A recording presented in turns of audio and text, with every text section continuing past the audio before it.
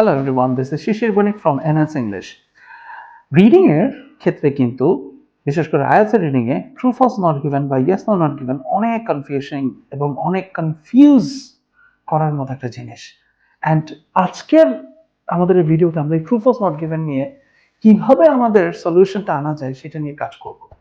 Let's have a look, start. So true false not given এর ক্ষেত্রে আমাদের ইনস্ট্রাকশনগুলো এইভাবে দেওয়া থাকে যে স্টেটমেন্টটা যদি আমার ইনফরমেশনের সাথে কি করে এগ্রি করে তাহলে সেটা ট্রু হবে।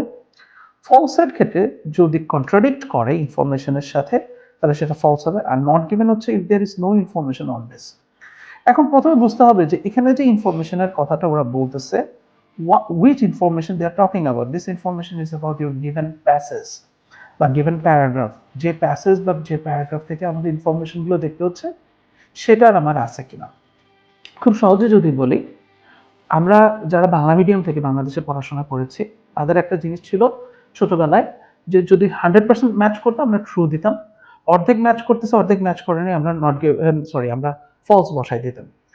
বাট এখন কিন্তু নট গিভেনের ক্ষেত্রে কিন্তু একটা ক্যাচ আছে, সেই ক্যাচটা হচ্ছে ফলস হইতে হইলে এটা 100% আগে আপনার প্যাসেজে থাকতে হবে বা প্যারাগ্রাফে থাকতে হবে। And then you can say that যদি এটা কন্ট্রাডিক্ট করে বা অপোজ করে, বিপরীত হয়, 100% বিপরীত হয়, তাহলেই শুধুমাত্র সেটা আপনার কিছু হলো ফলস হবে। আর নট গিভেনটা কি, যেটা দেওয়া নাই, অর্ধেক আছে অর্ধেক নাই, কিছু আছে কিছু নাই, সেই ধরনের ইনফরমেশনগুলো কি হয়ে যাবে, নট গিভেন হয়ে যাবে। সো জিনিসটা খুবই ওয়েল ডিফাইন্ড হতে হবে, মানে আপনার সামনে কোশ্চেন হিসেবে যে স্টেটমেন্টটা আছে সেই স্টেটমেন্টটা অনেক বেশি ওয়েল ডিফাইন্ড হতে হবে। এখন আমরা কিছু প্রবলেমস নিয়ে ডিসকাস করি। Let's start. যেমন প্রথম কোশ্চেনটা এখানে বলতেছে যে the counter excavation method completely replaced the Carnot method in 16th century BC. এখানে একটা অন্যতম কিওয়ার্ড হচ্ছে হলো এই যে 6th century BC যেটা আছে সেটা। যেমন আমরা এখানে আসেন যে আমাদের প্যাসেজের শুরুতে আমরা দেখতে পাচ্ছি 6th century BC এর কথা। এখান থেকে যদি আমরা পড়তে পারি a second method of tunnel construction appeared called counter excavation method. আমরা এখানে counter excavation মেথডের কথা পেয়ে গেলাম, in which the tunnel was constructed from the both ends. It was used to cut through high mountains when Carnot method was not a practical alternative. Let's stop. প্রশ্নে বলতেছে counter excavation method cannot মেথডকে completely replace করছে, কিন্তু এখানে বলতেছে যে আপনার কি হচ্ছিল যে কার্নট মেথড যখন কিনা প্র্যাকটিক্যাল অল্টারনেটিভ ছিল না বা হচ্ছিল না তখনই শুধুমাত্র কাউন্টার এক্সকাভেশন মেথড ইউজ করা হচ্ছে। তার মানে কি, কার্নট মেথডটা ছিল এন্ড এটার উপরে আমরা কি করে গেছি, আপনার কি হচ্ছিল যখন কিনা কার্নট মেথডটা মানে প্র্যাকটিক্যাল ভাবে ইউজ করা যাচ্ছিল না তখন শুধুমাত্র কাউন্টার এক্সকাভেশন মেথডটা ইউজ হচ্ছিল। তার মানে কি বোঝাচ্ছে, কাউন্টার এক্সকাভেশন মেথড কিন্তু কার্নট মেথডকে কমপ্লিটলি রিপ্লেস করে নাই। তাই এই আনসারটা হচ্ছে আমরা বলতে পারি এটা হচ্ছে ফলস। নেক্সট আমরা যদি দেখি, only experienced builders were employed to construct a tunnel using the counter excavation method. Counter excavation মেথডটাকে তৈরি করার জন্য কি করা হয়েছে, শুধুমাত্র এক্সপিরিয়েন্স যে বিল্ডার্স আছে তাদের কথা এখানে এমপ্লয়মেন্টের কথা বলা হয়েছে। আমরা একটু প্যাসেজটা পড়ি। This method required greater planning and advanced knowledge of surveying, mathematics, geometry, as both ends of the tunnel had to meet correctly. At center of the mountain, adjustments to the direction of the tunnel also had to be made whenever builders encountered geological problems or when it deviated from its set path.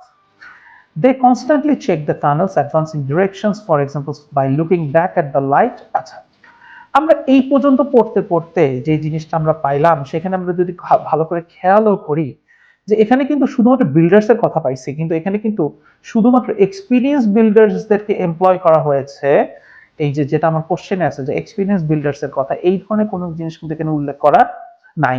So এখানে যদি আমরা মনে করি যে experience builders তো নাই, তার মানে কি এক্সপিরিয়েন্স বিল্ডার্স এর কথা কি উল্লেখ করাই নাই, এবং যেটা নাই সেটা কি, সেটা হচ্ছে নট গিভেন। সো আমার এন্টায়ার প্যারাগ্রাফটাতে এখানে কিন্তু এক্সপিরিয়েন্স বিল্ডার্স এই ওয়ার্ডটা কিন্তু উল্লেখ করা নাই। আর যেটা উল্লেখ করা নাই, যেটার কথা মেনশন নাই, that is for sure not given. So not গিভেনটা হচ্ছে কি, যেটার কথা মেনশন করা নাই, যেটা আমার প্যাসেজ বা প্যারাগ্রাফে মেনশন করা নাই, সেটা হচ্ছে ক্লেইম নট গিভেন। এবার যদি আমরা চিন্তা করি 3 নম্বর কোশ্চেনটার কথা, the information about a problem that occurred during the construction of Saudi aqueduct system was found in an ancient book.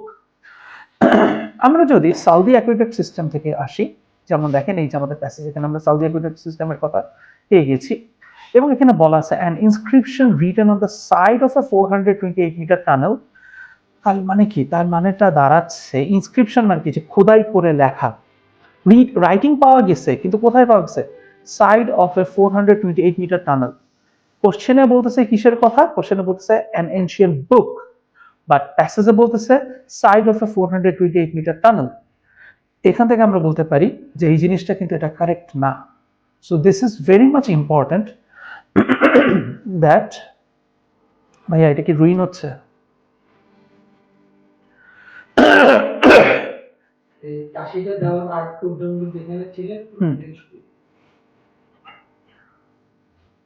So আমরা এখান থেকে বলতে পারি যে এই যে ইনস্ক্রিপশন, যে রিটেনটা বলতেছে যে সাইড অফ 428 মিটার টানেল, আমার কোশ্চেনে আছে বুকের কথা, আমার প্যাসেজে আছে 428 মিটার টানেলের কথা, এবং এই জিনিসটা কি কন্ট্রাডিক্টরি, এটা কিন্তু একটা এটার সাথে বিপরীত কথা ব্যাখ্যা করতেছে, বা আপনার হচ্ছে কন্ট্রাডিকশন মানে এখানে দেখাচ্ছে। সো দ্যাটস ওয়াই এটা কি হবে? Clean false. সো আমাদের 3 নম্বর কোশ্চেনের আনসারটা হচ্ছে ফলস। অন্যদিক থেকে যদি আমরা 4 নম্বর কোশ্চেনটা দেখি, the mistake made by the builders of the Saudi aqueduct system was that two parts of the tunnel failed to meet. এখানে আমরা দেখি, এখানে বলতেছে describes how the two teams of the builders missed each other in the mountains and how the later construction of lateral link between both corridors corrected the initial error. So এখান থেকে আমরা যেটা বুঝতে পারলাম যে যে বিল্ডার্সরা কি করেছিল, একটা ভুল করেছিল, two part of the tunnel fail to meet each other. এখন দেখেন কোশ্চেনে আছে যে two part of the tunnel fail to meet each other, আর প্যাসেজে কি আছে? টু টিমস অফ দ্য, মানে বিল্ডার কি করেছে, একদল আরেকদলকে মিস করেছে। টানেল তো আর নিজে নিজে মিস হতে পারে না। সো এখানে কি হচ্ছে? বিল্ডারই মিস করেছিল একজন আরেকজনকে, বা একদল আরেকদলকে। সো দ্যাটস ওয়াই এটা ওই জিনিসটাকে রিজেম্বল করতেছে, এন্ড দ্যাট ইজ ওয়াই এই আনসারটা হলো ট্রু। এরকম আরো মজার মজার আইএলটিএস রিডিং সলিউশনের জন্য জয়েন করুন এনএস ইংলিশ বাংলাদেশে। See you soon at another video.